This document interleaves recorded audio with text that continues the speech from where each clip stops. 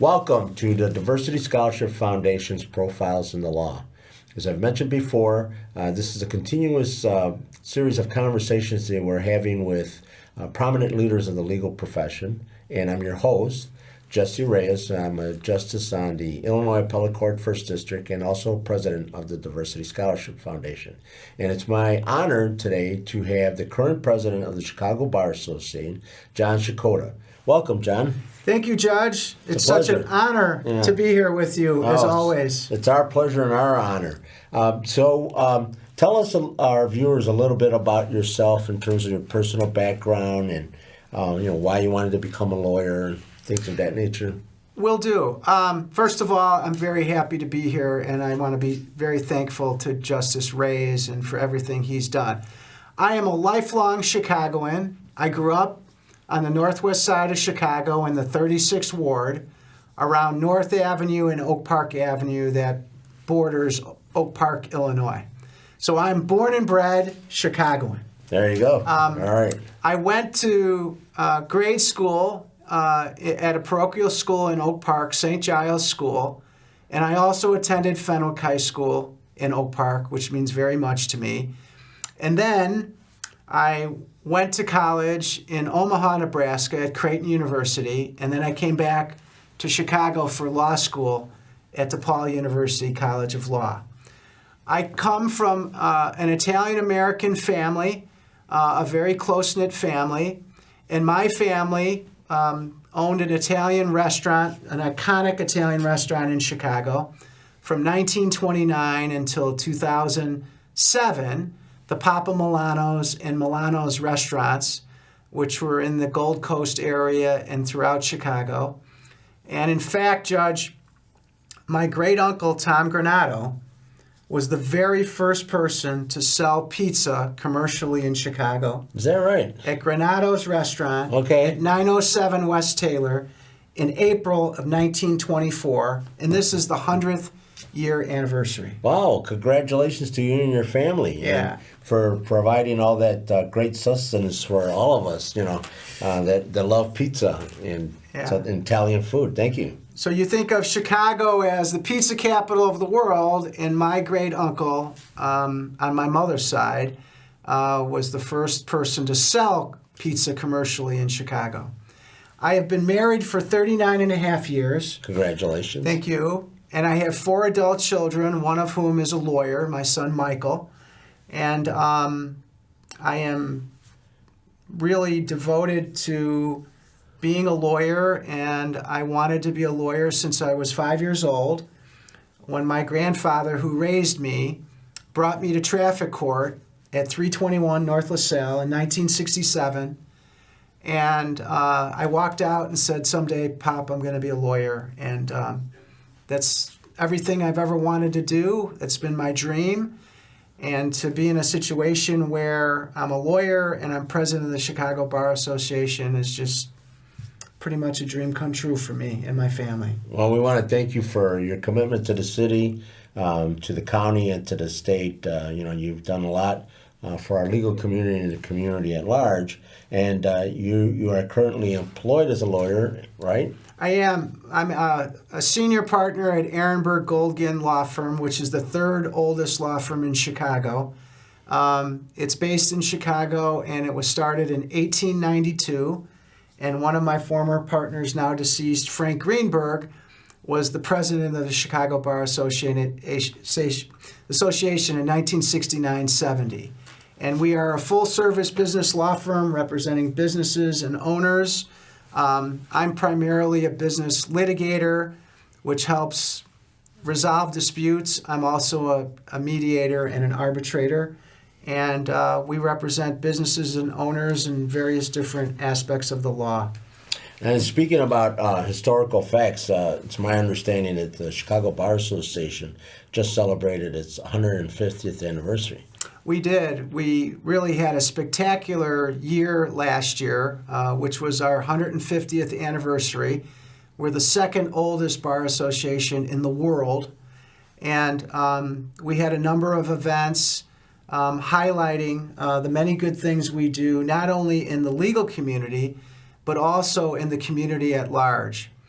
as part of my administration, Judge, it was very important for us to penetrate the community through our Judicial Evaluation Committee that rates judges and is something that the public can use when voting for judges.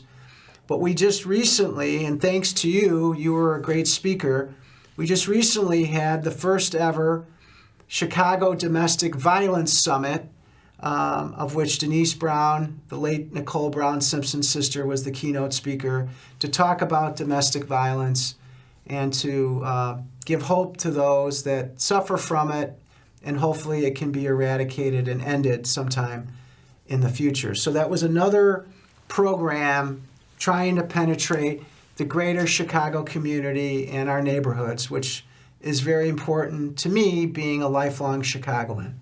Well, and thank you for inviting me to be part of that program. I really was honored to be part of the panel to address the issues of how to get more men involved as allies in this effort to try to curtail or terminate domestic violence in our communities.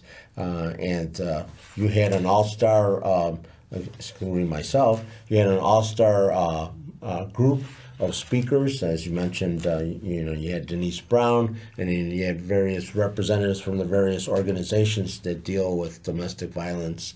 And so it was an all-day program. And, kudos to you and to the Chicago Bar Association for putting this together and bringing all the major players together with regards to that issue.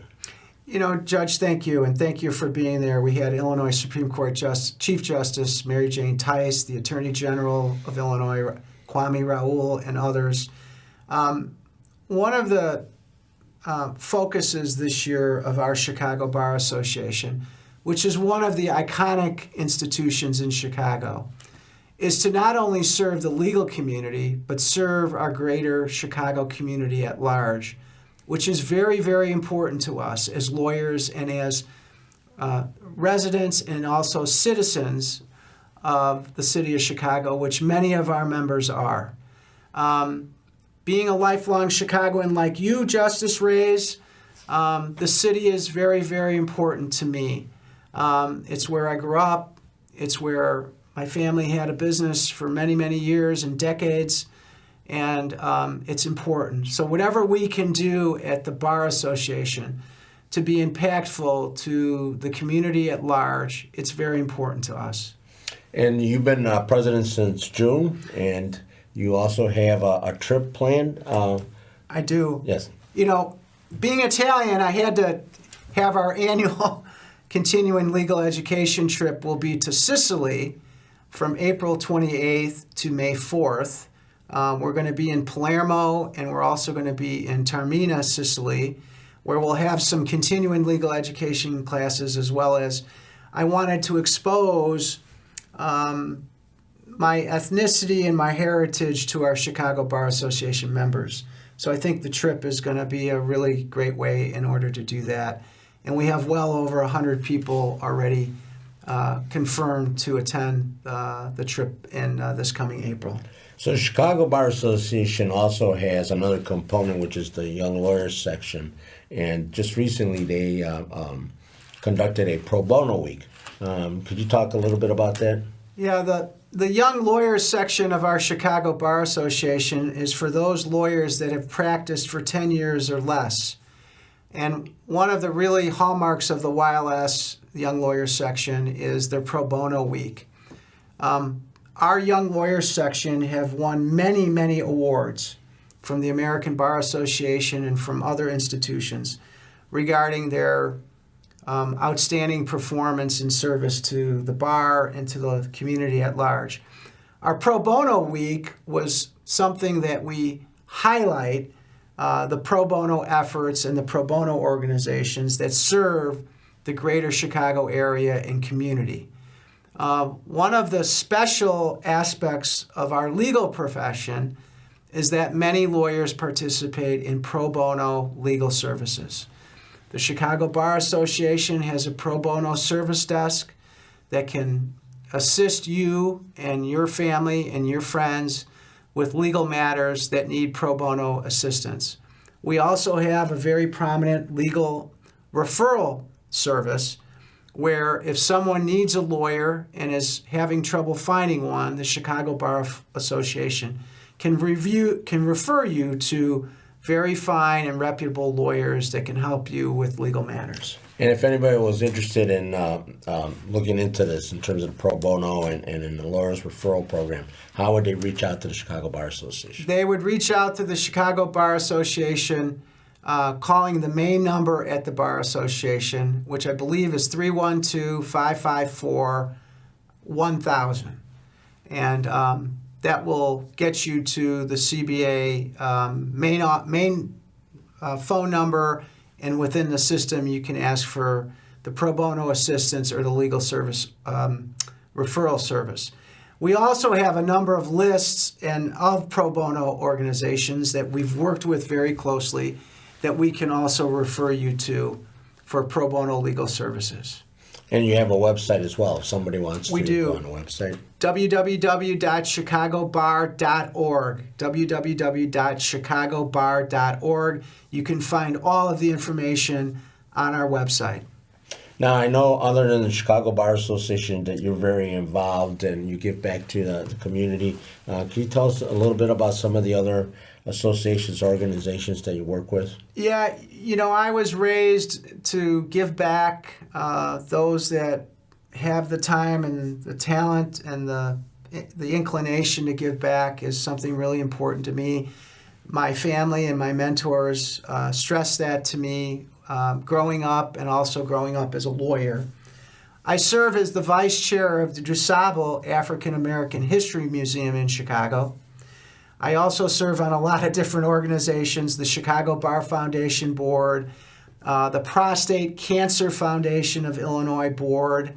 I serve on WINGS, Women's in Need, Growing Stronger, it's the largest domestic violence provider in Illinois, as its pro bono general counsel, as well as its a board member. I also serve in a number of different other organizations, which I find to be very important. The Illinois State Bar, the American Bar Association, including their foundations, I'm a member of.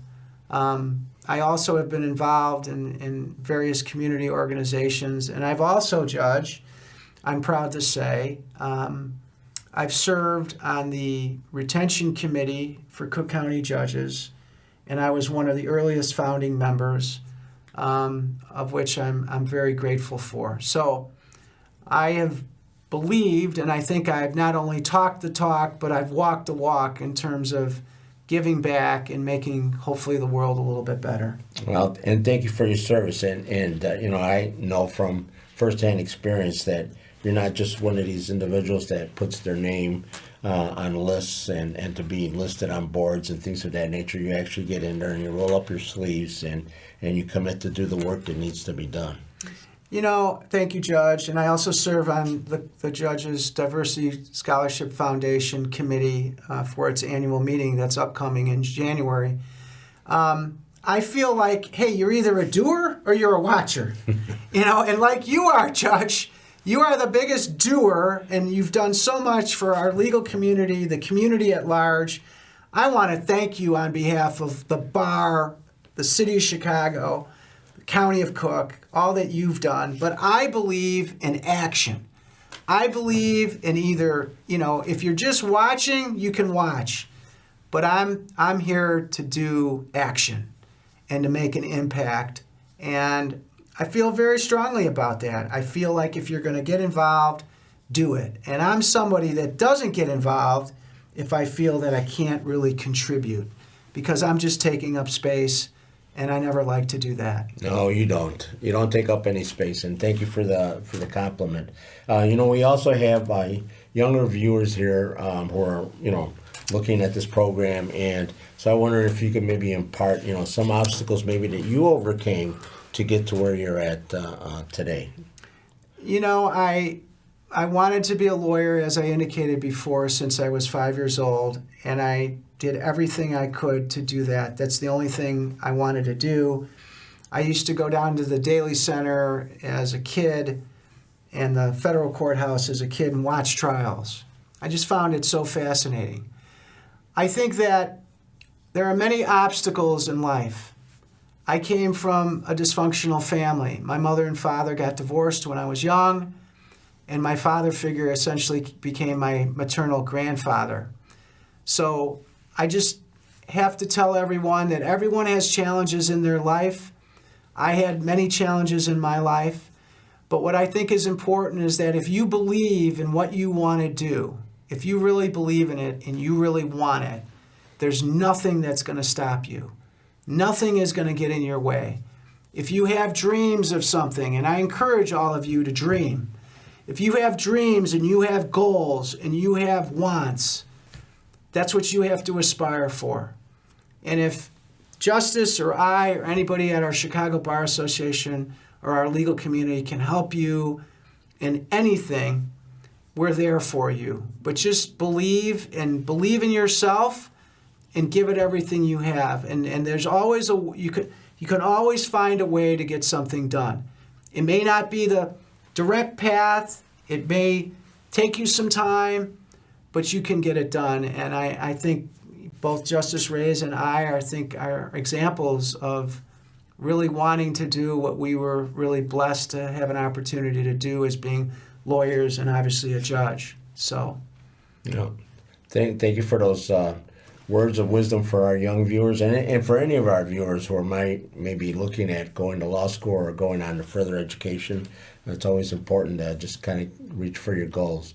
But now, when you didn't just start at the large firm, you worked your way up. Can you tell us a little bit about that as well? Yeah, so I started at a mid-sized law firm when I began, and I lasted there for a year, and I didn't want to really do insurance defense law anymore.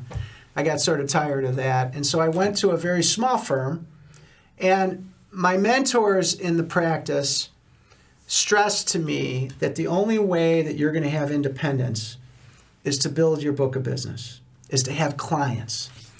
And so my mindset was to be a good lawyer when I was young and to learn my trade, and I worked really hard. I used to work at my law firm, and then I would go to my mentor's practice and work like from 6 o'clock till 11 o'clock at night.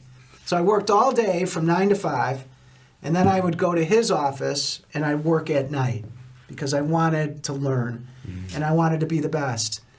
And so after that, I stayed at another smaller firm for about 12 years, and I started my own firm for about a year and a half, and then I joined a larger firm in the city, which was then about 50 lawyers.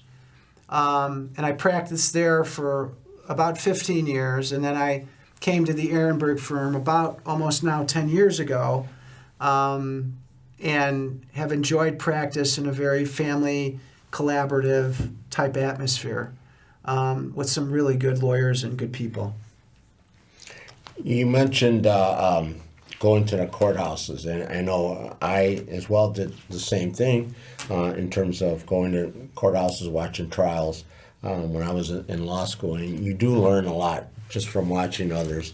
The important thing I always tell everybody else, however, though, is that whatever you see and you want to incorporate into your tool of advocacy, you have to do it within your own personality. Be yourself. Be true to yourself. Particularly juries are very perceptive, and they'll see through that, and they'll view it as an insincerity. But I think you're right about looking for other avenues to learn and to get experience. As you mentioned, your mentors. I think mentors are very important as well. One of the hallmark, the Chicago Bar Association does a lot of great things, but I think one of the really true gems of our organization, one of the true gems, is our mentorship-mentee program.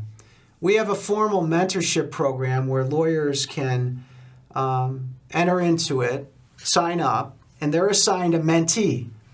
And I still have mentees that I mentored when they were very young lawyers that I still have relationships with. My mentor, who's now deceased, was very influential to me, taught me about being a lawyer, but really taught me about being a professional. taught me about giving back to the profession, also giving back to the community, and really making a difference in somebody's lives. That's what we do as lawyers. And I can still hear him saying that it's a life of service. And my law professor, Professor Larry Daly, saying this is a life of service. And I still remember that, and I think about that often. As you demonstrate, Justice Reyes, all the time. It's a life of giving back, and it's a life of service. And as you mentioned, it's important for us to give back to the next generation. Yeah. Make sure that we help them move along and to obtain whatever it is that their goals are in life. One of the other programs that I know the CBA has that is very helpful to the community, particularly the young people, is the Lend a Hand program. Yeah. And if you could talk a little bit about that. The Lend a Hand program and Lawyers in the Classroom is really one of the great programs. It's actually where lawyers and judges tutor students. They come to the Chicago Bar Association once a week, and they get tutored in math or English or history. And you have actual lawyers and judges teaching young people. I mean, I can't think of any greater thing in the world than to, help a younger person. And that's a wonderful program. And I think one of the really special things about our legal profession is that when you mentor someone, they have a piece of you throughout their entire lives, and they can impart that to others that they mentor. So your legacy really lives beyond you. It lives through the others that you have touched and that you have mentored. And I know, Justice Reyes, you've had so many that you've mentored, and you've been such a shining example to me and to so many others on how to conduct yourselves as a professional, as a lawyer, and as a person giving back. And I just want to thank you for that. No, thank you. Thank you very much. And thank you for being on the program. Now, I know, that in June you'll be passing on the mantle. So what are the plans after that? Well, Katie Liss is our first vice president of the Chicago Bar Association. And what I hope to do after my term as president is my dream is to create the Chicago Legal History Museum and Educational Center in Chicago. I want to build a museum that can house all of the relics and memorabilia and photos and documents of the legal profession. So after I'm finished, I'm not going to really be finished because I'm going to be focusing on this project hopefully for the remainder of my career.